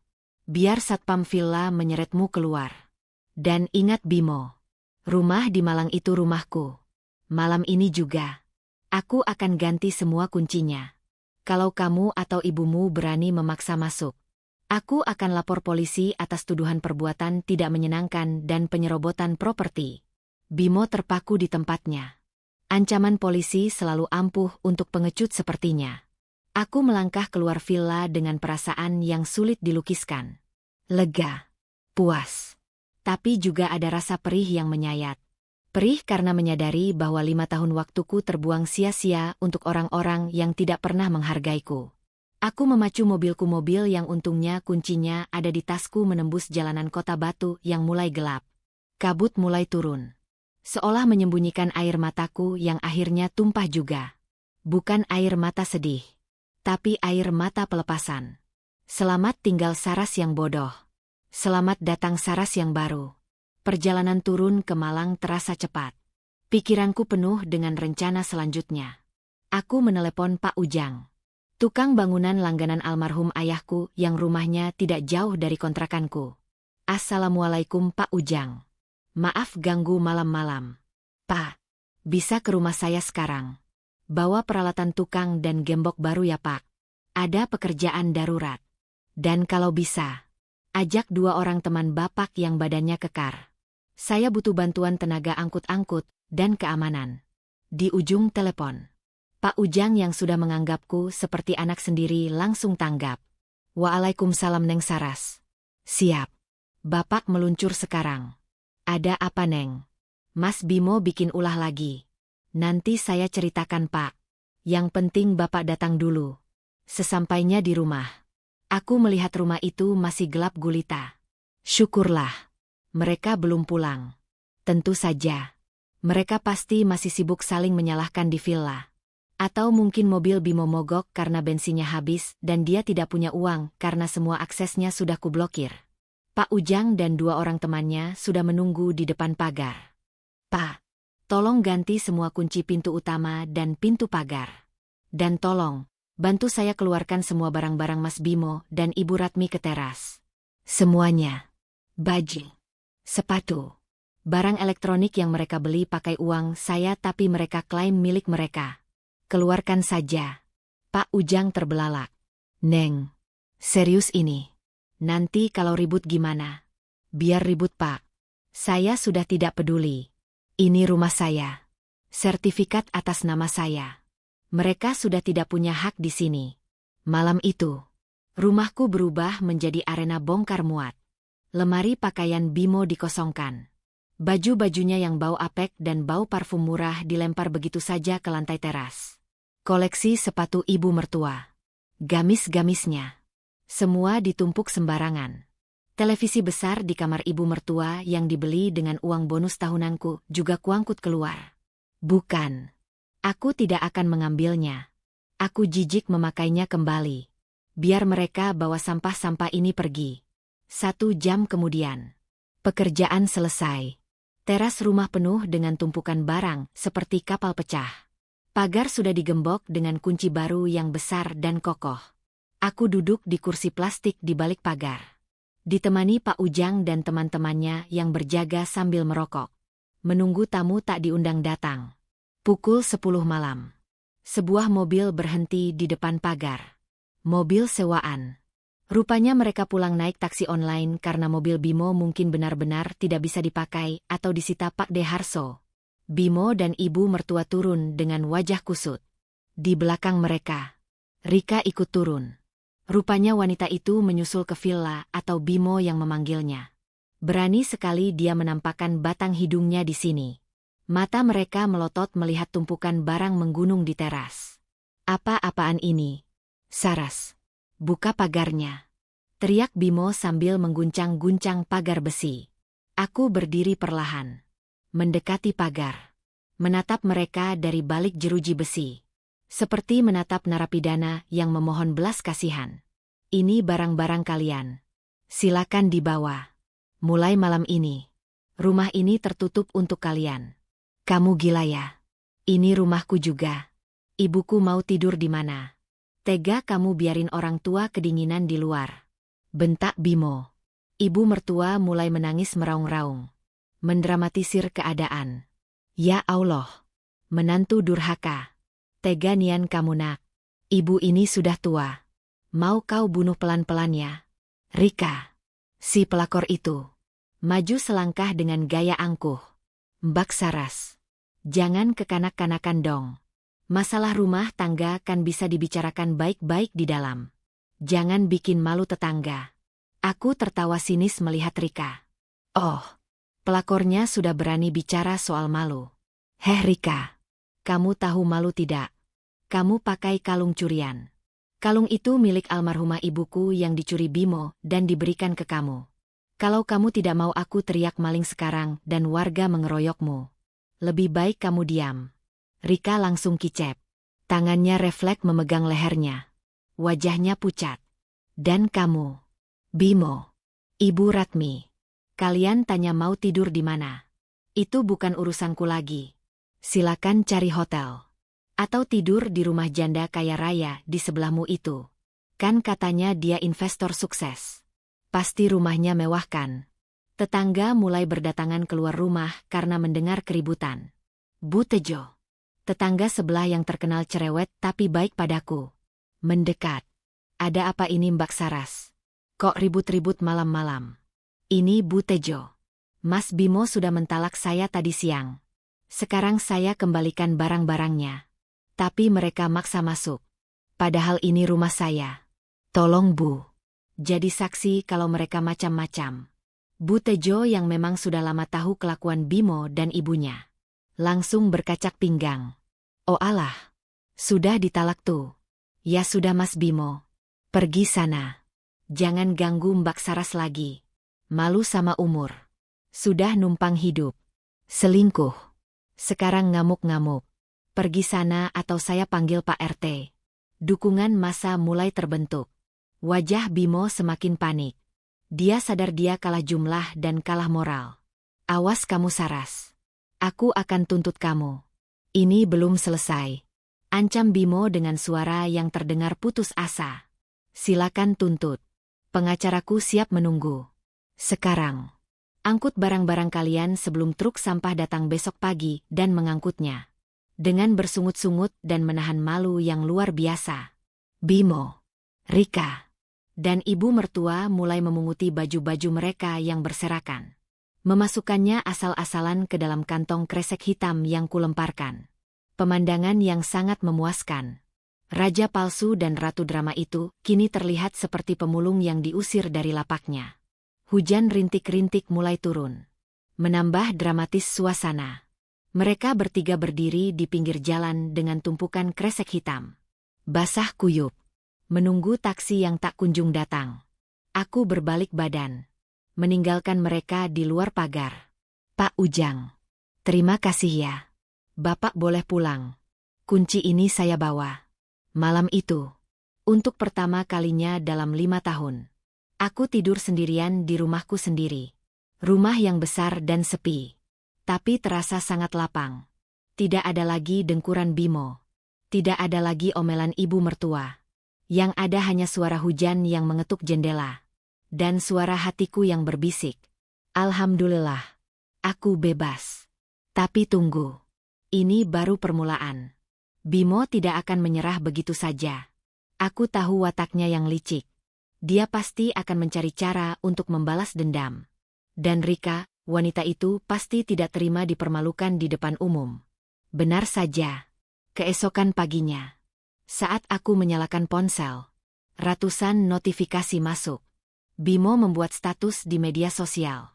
Memutarbalikan fakta. Menulis cerita sedih bahwa dia diusir istri durhaka yang berselingkuh dengan pengacara. Oh, mau main perang media sosial rupanya. Baiklah Mas Bimo. Kalau kamu mau viral. Aku akan buatkan kamu viral seviral-viralnya. Aku punya rekaman CCTV teras semalam. Aku punya bukti chat. Aku punya foto-foto. Mari kita lihat. Siapa yang akan dihujat netizen se-Indonesia? Pagi itu duniaku seakan runtuh untuk kedua kalinya. Bukan karena kehilangan suami.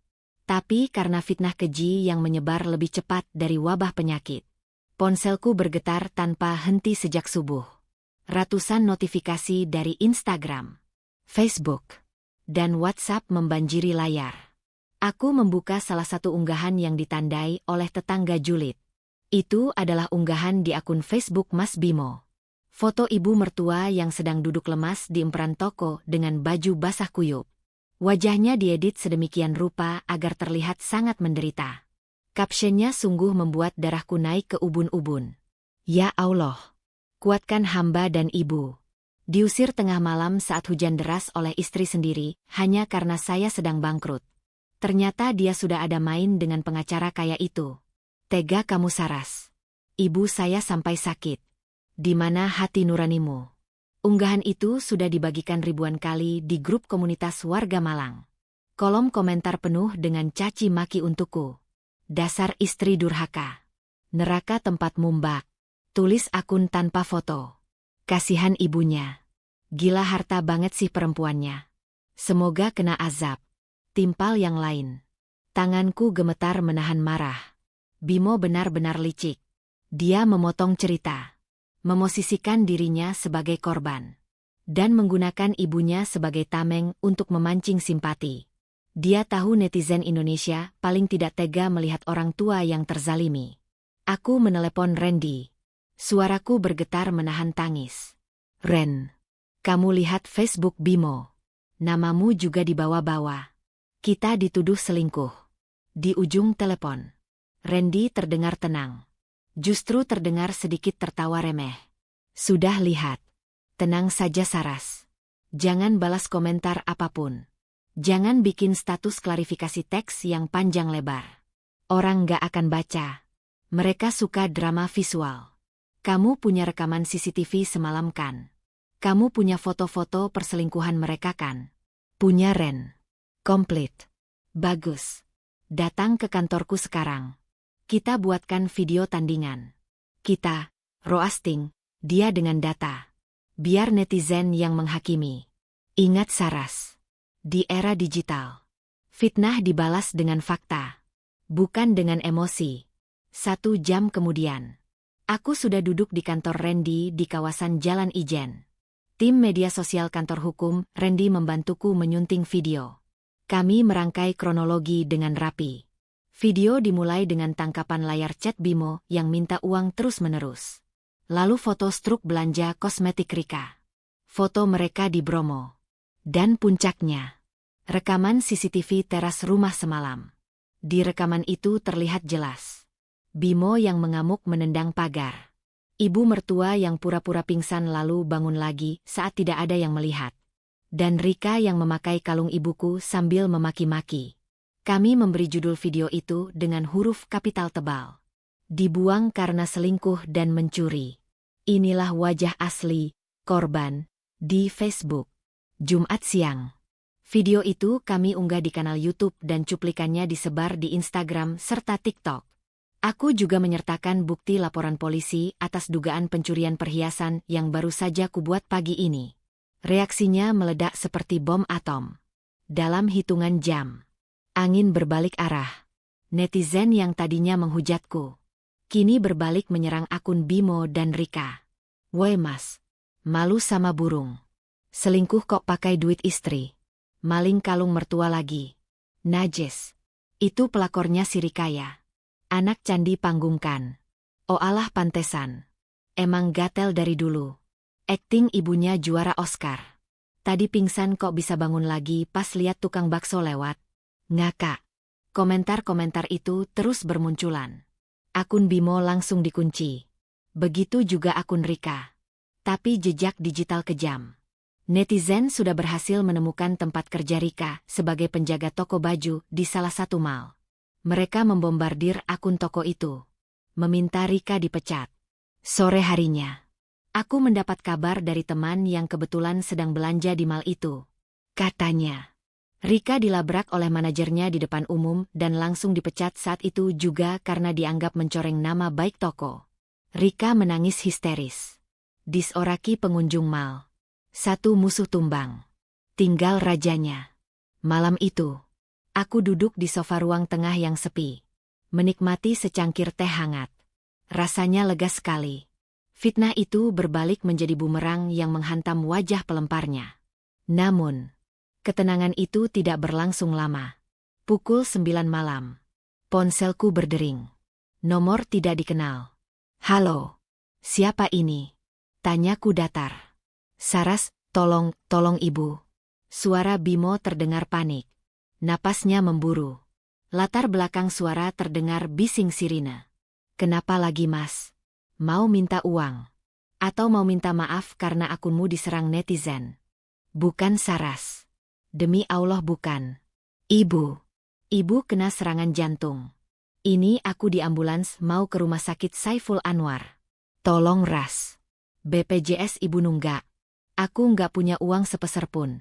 ATM-ku kamu blokir semua. Tolonglah. Ibu kritis.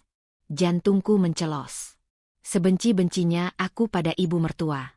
Mendengar kata serangan jantung tetap membuat nuraniku terusik.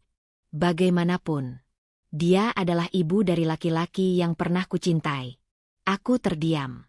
Menimbang-nimbang. Apakah ini jebakan lagi?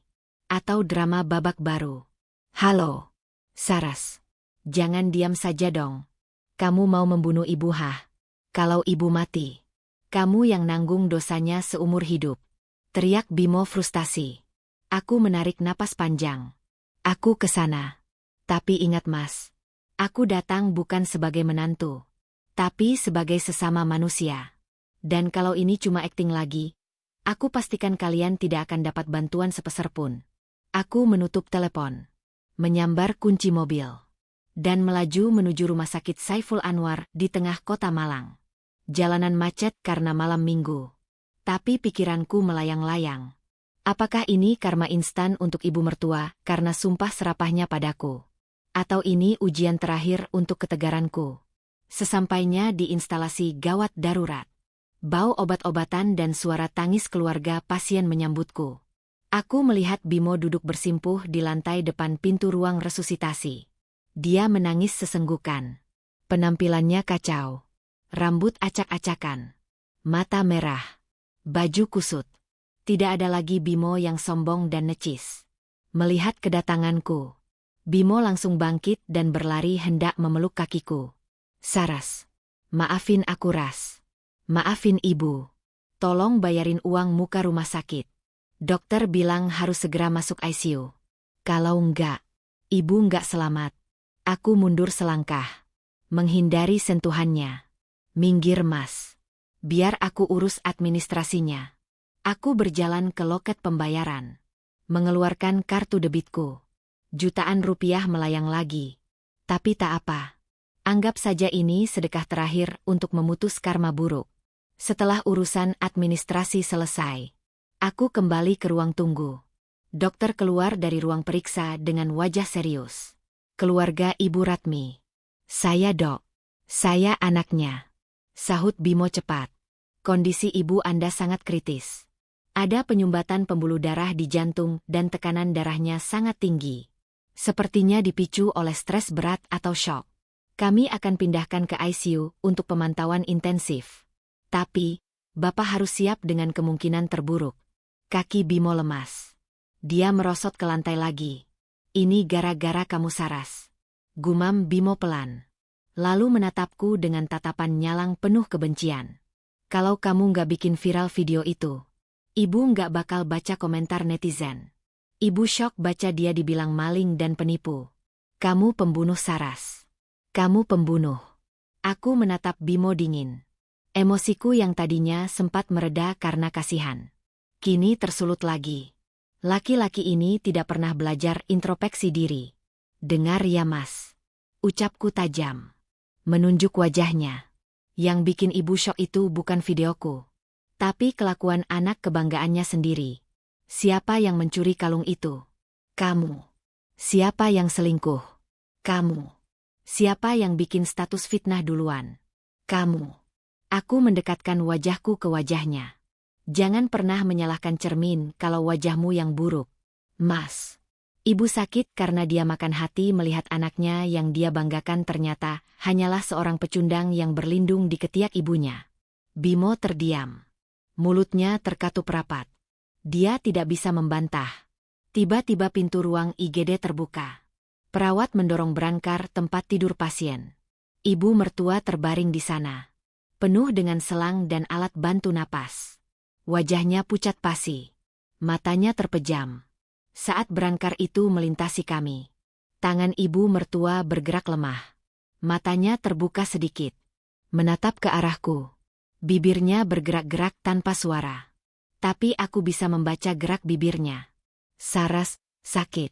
Ada rasa iba yang menusuk. Tapi kemudian, mataku menangkap sesuatu di leher ibu mertua. Bekas merah melingkar. Bukan bekas luka, tapi bekas kalung. Kalung imitasi murahan yang dia pakai karena gengsi ingin terlihat kaya. Kulitnya yang sensitif iritasi. Bahkan di ambang maut pun. Kesombongan masih meninggalkan jejak di tubuhnya. Brankar didorong masuk ke lift menuju ruang ICU. Bimo ikut masuk. Aku memilih menunggu di lobi bawah. Aku tidak ingin menemani mereka di atas. Tugasku hanya memastikan dia tidak mati terlantar di jalanan. Selebihnya, urusan dia dengan Tuhannya. Aku duduk di kursi tunggu yang dingin. Membuka ponsel. Ada pesan masuk dari Randy. Saras. Hati-hati. Aku baru dapat info dari teman Intel. Bimo ternyata punya hutang pinjaman online ilegal yang cukup besar. Sekitar 50 juta. Dan dia pakai nomor KTP kamu sebagai penjamin darurat. Debt kolektornya sedang mencari keberadaan Bimo. Mataku terbelalak. Pinjaman online. 50 juta. KTP-ku. Jadi, uang 500 miliar dari investor itu sebenarnya uang pinjaman online. Pantas saja dia butuh uang cepat. Dan sekarang, saat dia tidak bisa bayar, debt collector itu akan mengejarku. Belum sempat aku mencerna informasi itu. Dua orang pria bertubuh besar dengan jaket kulit hitam masuk ke lobi rumah sakit. Wajah mereka sangar. Mereka celingukan mencari seseorang. Salah satu dari mereka memegang foto. Foto Bimo. Mereka melihat Bimo yang baru saja keluar dari lift sendirian, sepertinya hendak merokok atau membeli minum. Itu dia orangnya. Teriak salah satu preman itu. Bimo menoleh. Wajahnya yang tadi pucat karena sedih, kini berubah menjadi pucat karena teror. Dia mengenali orang-orang itu. Tanpa pikir panjang, Bimo berlari kencang, menerobos kerumunan orang di lobi rumah sakit. "Weh, jangan lari, bayar utangmu," teriak preman itu sambil mengejar. Terjadi kejar-kejaran di lobi rumah sakit. Pengunjung berteriak ketakutan. Satpam mencoba menahan tapi kalah tenaga. Bimo berlari keluar menuju area parkir yang gelap. Aku berdiri mematung, menyaksikan karma bekerja dengan cara yang sangat brutal. Anak durhaka yang menelantarkan istri, kini dikejar-kejar seperti tikus got di saat ibunya sedang meregang nyawa di ruang ICU. Tiba-tiba ponselku berbunyi lagi. Kali ini bukan Randy, bukan Bimo, tapi nomor rumah sakit.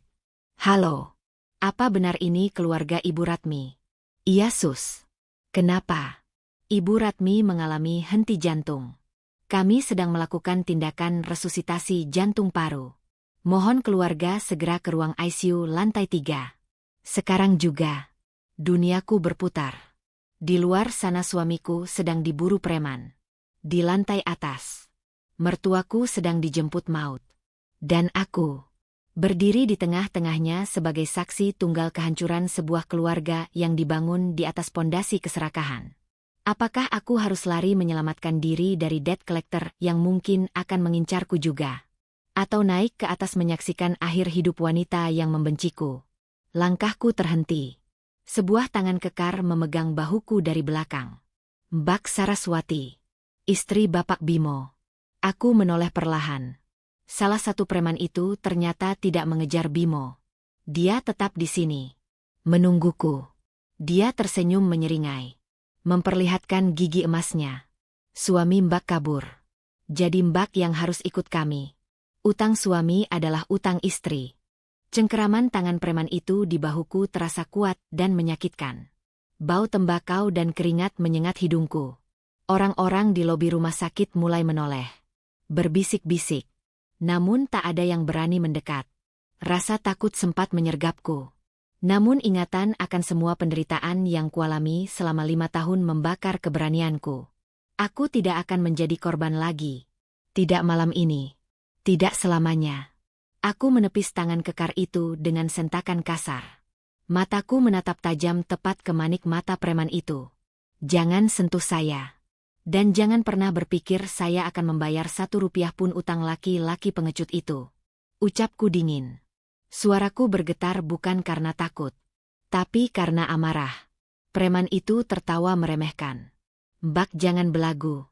Di surat perjanjian pinjaman online, nama Mbak dicantumkan sebagai penjamin. Kalau suami lari, istri yang bayar. Itu aturannya." "Aturan rimba maksudmu?" Potongku cepat. Aku membuka tasku, mengeluarkan ponselku, dan membuka berkas digital yang sudah dipersiapkan Randy. Berkas yang sama yang menghancurkan Bimo di villa kemarin. "Baca ini. Ini adalah surat perjanjian pemisahan harta dan utang yang sah secara hukum dan ditandatangani di atas materai oleh Bimo Prasetyo. Di pasal 3 tertulis jelas. Segala utang piutang yang dilakukan oleh pihak suami tanpa persetujuan tertulis pihak istri adalah tanggung jawab pribadi suami sepenuhnya.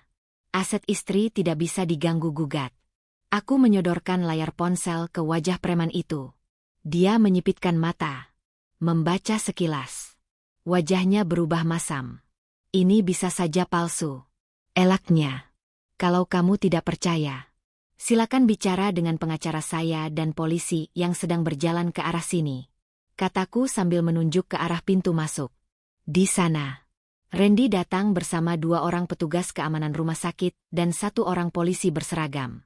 Randy rupanya sudah menelepon bantuan saat tahu aku ada di rumah sakit. "Ada masalah apa ini?" tanya polisi itu tegas. Preman itu langsung menciut nyalinya. Dia tahu dia berhadapan dengan hukum. Dia mengangkat tangan. Mundur perlahan. Oke.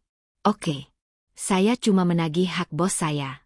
Kalau memang surat itu asli, berarti urusan saya sama lakinya. Bukan sama mbaknya. Awas saja kalau si Bimo sampai lolos. Preman itu berbalik dan berlari keluar. Mengejar Bimo ke arah parkiran gelap. Aku menghela napas lega. Kakiku terasa lemas. Randy segera menopangku. Kamu baik-baik saja, Saras?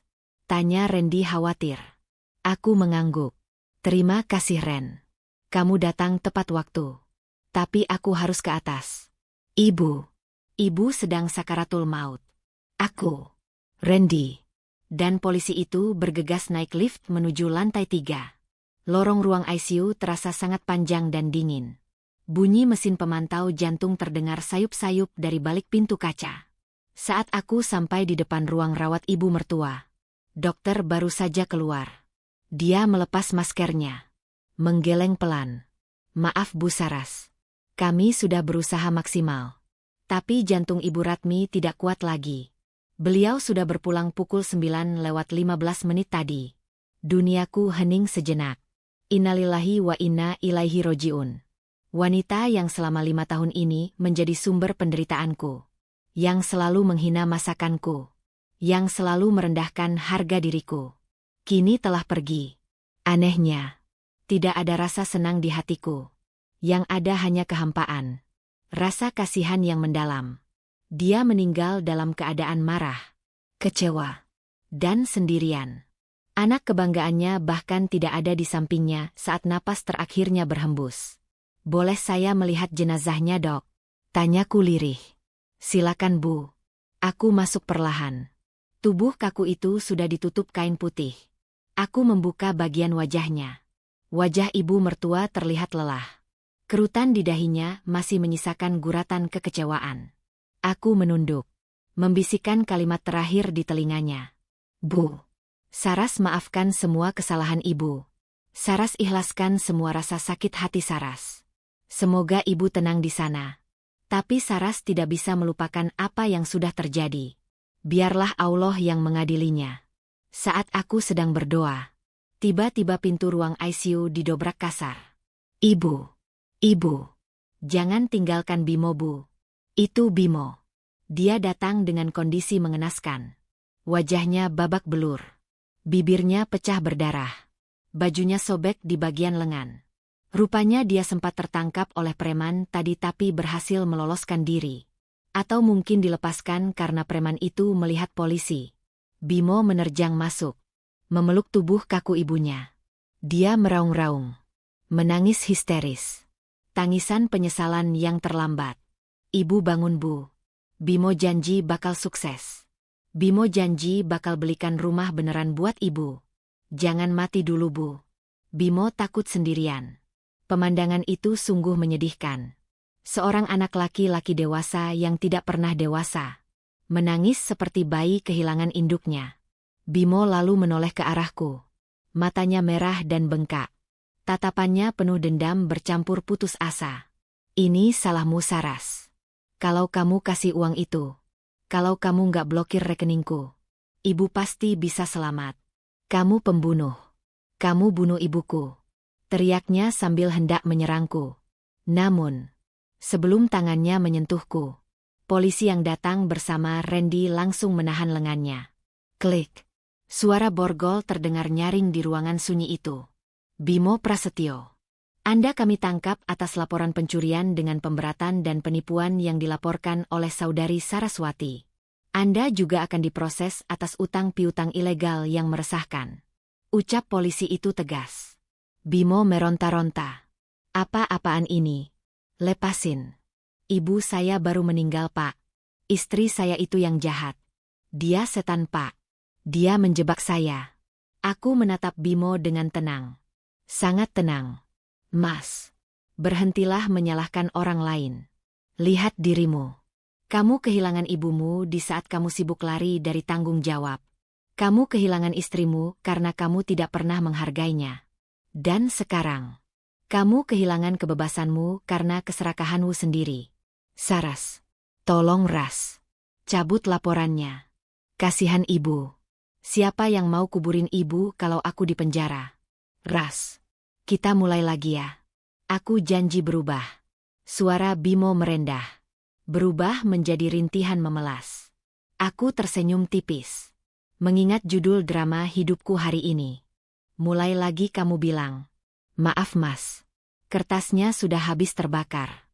Dan soal pemakaman ibu, jangan khawatir. Sebagai manusia, aku akan mengurus pemakaman beliau dengan layak. Aku akan bayar semua biaya rumah sakit dan biaya pemakaman di TPU samaan besok pagi. Itu adalah sedekah terakhirku untuk keluargamu. Tapi untuk kamu, aku mendekat. Menatap matanya untuk terakhir kali. Nikmatilah buah yang kamu tanam. Penjara akan mengajarkanmu arti bersyukur yang sesungguhnya. Bimo diseret keluar oleh polisi. Raungannya menggema di lorong rumah sakit. Memanggil-manggil nama ibu yang sudah tiada. Memanggil namaku yang sudah tak peduli. Karma telah tuntas. Keesokan harinya. Hujan rintik-rintik mengiringi pemakaman Ibu Ratmi di tempat pemakaman umum samaan. Malang. Hanya sedikit orang yang datang. Aku, Randy, Pak Ujang, dan beberapa tetangga yang berbaik hati. Tidak ada keluarga besar dari villa kemarin. Mereka malu. Atau mungkin takut dikaitkan dengan kasus Bimo. Rika pun lenyap bak ditelan bumi. Mungkin sudah kabur keluar kota mencari mangsa baru. Aku menaburkan bunga mawar di atas gundukan tanah merah yang masih basah. Wangi mawar bercampur bau tanah basah menciptakan aroma perpisahan yang sakral. Selamat jalan Bu. Bisikku. Saras. Ayo pulang. Gerimis makin deras. Ajak Randy sambil memayungiku. Aku mengangguk. Kami berjalan beriringan meninggalkan area pemakaman. 3 bulan kemudian. Pagi yang cerah di kota Malang. Aku duduk di beranda rumahku yang kini sudah direnovasi ulang. Tidak ada lagi cat tembok yang mengelupas. Tidak ada lagi perabot berdebu. Semuanya cerah, bersih, dan lapang. Taman depanku penuhi dengan bunga anggrek kesukaanku. Bukan tanaman toga pesanan ibu mertua. Aku menyesap teh melati hangat. Di pangkuanku, ada surat panggilan sidang cerai terakhir. Hari ini, hakim akan mengetuk palu. Memutuskan ikatan yang sudah lama putus. Bimo divonis 3 tahun penjara atas kasus pencurian dan penipuan berlapis. Hutang pinjaman online-nya membuat aset-aset tersisa yang dia punya di kampung halamannya disita. Dia benar-benar miskin, sendirian, dan terhina. Persis seperti apa yang dia takutkan. Sedangkan aku, karierku di bank melesat naik. Atasanku mempromosikan aku menjadi kepala cabang pembantu di Surabaya. Hidupku baru akan dimulai. Sebuah mobil sedan hitam berhenti di depan pagar. Randy turun dengan senyum khasnya. Dia membawa map berisi berkas sidang. Siap untuk kebebasan mutlak. Nyonya Saras. Goda Randy. Aku tertawa. Tawa yang renyah dan tulus. Bukan tawa sinis seperti saat aku mentalak Bimo. Ini tawa bahagia. Sangat siap. Pak pengacara. Jawabku. Aku berdiri. Merapikan blazer kerjaku. Aku memandang langit biru yang membentang luas. Dulu, aku berpikir ditalak suami adalah akhir dunia. Ternyata, itu adalah cara Allah menyelamatkanku dari neraka dunia. Dulu aku menangis darah. Sekarang aku tertawa puas. Bukan menertawakan penderitaan orang lain. Tapi menertawakan kebodohanku di masa lalu dan merayakan kekuatanku hari ini. Ingatlah kisahku ini. Wahai para wanita, jangan pernah takut kehilangan laki-laki yang tidak tahu cara memululiakanmu. Karena saat satu pintu tertutup dengan menyakitkan, Allah sedang menyiapkan pintu gerbang istana yang jauh lebih indah untuk kita masuki. Jadilah wanita yang mandiri, cerdas, dan punya harga diri. Karena tawa paling nikmat adalah tawa di atas kaki sendiri. Setelah badai berhasil kita lalui. Wassalamualaikum warahmatullahi wabarakatuh.